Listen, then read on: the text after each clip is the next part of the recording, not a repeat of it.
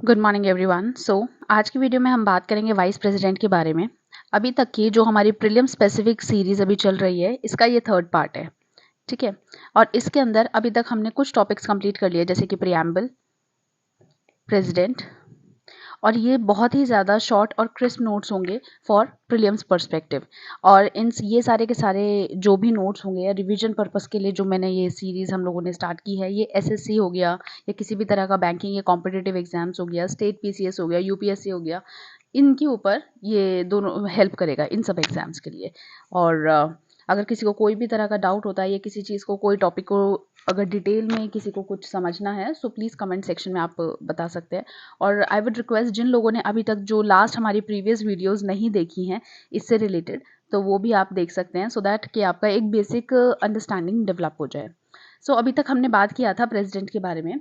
Now अभी हम फिर से पार्ट 5th के अंदर ही बात कर रहे हैं ऑफ द कॉन्स्टिट्यूशन, जिसके अंदर हम एग्जीक्यूटिव, यूनियन एग्जीक्यूटिव्स के बारे में बात करेंगे।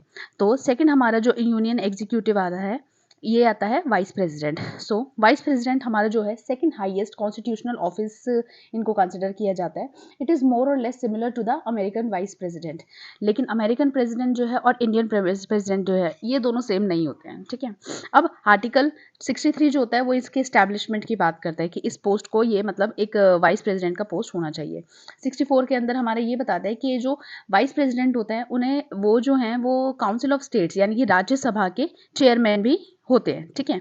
मतलब जो ही हमारा वाइस प्रेसिडेंट होंगे वो हमारे राज्यसभा के चेयरमैन भी होंगे। लेकिन मान लीजिए अगर किसी भी रीज़न की वजह से प्रेसिडेंट प्रेजेंट नहीं है, तो सारी रिस्पॉन्सिबिलिटी फिर वो प्रेसिडेंट की, फॉलो फंक्शंस या पावर सब उनकी प्रेसिडेंट की आ जाएंगी, फिर वो चेयरमैन वहाँ का मतलब नहीं रहते हैं। ठीक है। अब 65 के अंदर हमारे यही है कि जितनी भी ड्यूटीज़ हैं वो एज अ चेयरमैन का मतलब फॉलो करेंगे। और अगर प्रेसिडेंट की तरह एक्ट नहीं कर रहे हैं तो मतलब आइदर दिस और आइदर दिस, ऐसा नहीं होगा कि दोनों साइमल्टेनियसली जॉब वो कर सकते हैं, मतलब दोनों अपने फंक्शंस पूरे कर सकते हैं। अब इनके इलेक्शन की बात करेंगे तो अभी तक हमने प्रेसिडेंट में देखा था सिर्फ इलेक्टेड मेंबर्स जो थे, चाहे फिर वो पार्लियामेंट के हो, स्टेट लेजिस्लेटिव असेंबली के हो, या फिर दिल्ली और पुडुचेरी जैसे यूटी के हों। तो लेकिन इसके अंदर हमारे इलेक्टेड मेंबर्स भी इन्वॉल्व होते हैं और नॉमिनेटेड मेंबर्स भी इन्वॉल्व होते हैं ऑफ द पार्लियामेंट। और प्रोसीजर सेम रहेगा, proportional representation by secret single transferable vote by and secret ballot के थ्रू।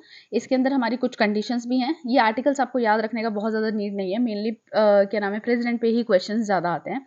लेकिन वाइस प्रेसिडेंट के लिए एक बेसिक आपको पता होना चाहिए। आप बिल्कुल वर्ड टू वर्ड याद ना भी रखो तो चलेगा, बट एक बेसिक जिस्ट आपको पता होना चाहिए। He should be citizen of India और 35 ईयर्स मतलब मिनिमम होना चाहिए उस टाइम पे, और qualified to be the member of Rajya Sabha. इनके अंदर कोई फिक्स अमोलमेंट नहीं होता, मतलब कॉन्स्टिट्यूशन के हिसाब से नहीं है, जो भी है मतलब वो डिसाइड किया जाता है। ठीक है, बाय द प्रेसिडेंट और ऐसा। और मैक्सिमम जो टर्म है वो आर्टिकल 67 में दिया हुआ है 5 ईयर्स का। रेजिग्नेशन, ये जो होते हैं वाइस प्रेसिडेंट जो होता है, या तो वो प्रेसिडेंट को, सॉरी ये गलत हो गया, या तो वो प्रेसिडेंट को देते हैं, नहीं तो फिर चीफ जस्टिस ऑफ इंडिया को देते हैं। ठीक है। अब इसके बाद इनका भी प्रोसीजर जो इन्हें रिमूव करने का है वो मोर और लेस सेम है। कैसे? बाय द रेजोल्यूशन, वो होता है ना, एक नोटिस पास करते हैं, 14 डेज का पीरियड होता है, और फिर उसके बाद डिसाइड करते हैं, तो फिर कमिटीज़ बनती है। इस तरीके से रेजोल्यूशन सेम रहेगा जैसा प्रेसिडेंट का रहेगा। पहले हमारे जो वाइस प्रेसिडेंट थी वो थे डॉक्टर एस राधाकृष्णन, जो कि 1952 से 1962 तक थे। और अभी एट प्रेजेंट हमारा श्री जगदीप धनखड़ हैं। ठीक है। इसी के साथ हमारा वाइस प्रेसिडेंट का ये वाला टॉपिक कंप्लीट हो गया है। अब आई वुड रिक्वेस्ट कि देखिए, आप थ्योरी वगैरह तो बहुत सारा पढ़ लेते हैं, लेकिन कई बार क्या होता है कि जब हम उसको प्रैक्टिस नहीं करते हैं तो हमारे चांसेस बढ़ जाते हैं मतलब मिस्टेक्स करने के एग्जाम टाइम पे। इट्स बेटर, जो भी कुछ बुक्स हैं जैसे PYQ बेस्ड हो गया जाए, तो लास्ट 5 ईयर के क्वेश्चन पेपर निकाल के आप उन्हें मार्क करना शुरू कीजिए, या फिर जो भी आपके पास घटना चक्र है या कोई इस तरह की किताब है जिसमें आपके PYQs हैं, तो आप उन्हें कर सकते हैं। Thank you so much, and this is it for today. And next video में हम बात करेंगे काउंसिल ऑफ मिनिस्टर्स के बारे में या अदर एग्जीक्यूटिव्स जो भी बचे हैं। Thank you so much.